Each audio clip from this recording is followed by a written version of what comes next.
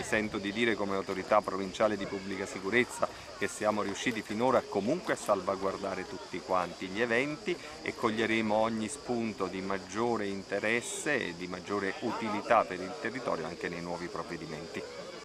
Meno restrizioni e più facilità di organizzazione per i piccoli eventi. Ecco la direttiva Salva Sagre. Il Ministero dell'Interno ha finalmente emesso la circolare che riduce il carico burocratico sulle spalle degli organizzatori di eventi pubblici in genere e riporta la possibilità per i sindaci di firmare autorizzazioni senza doversi assumere le responsabilità eccessive indicate dal precedente regolamento, la cosiddetta circolare Gabrielli, nata dopo i fatti di Torino.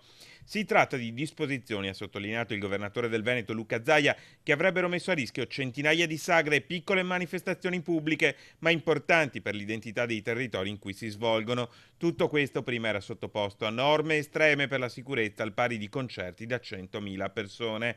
Insomma, se le disposizioni di sicurezza resteranno pressoché invariate, ci potrà comunque essere una maggiore discrezionalità da parte degli incaricati su quale applicare valutando caso per caso.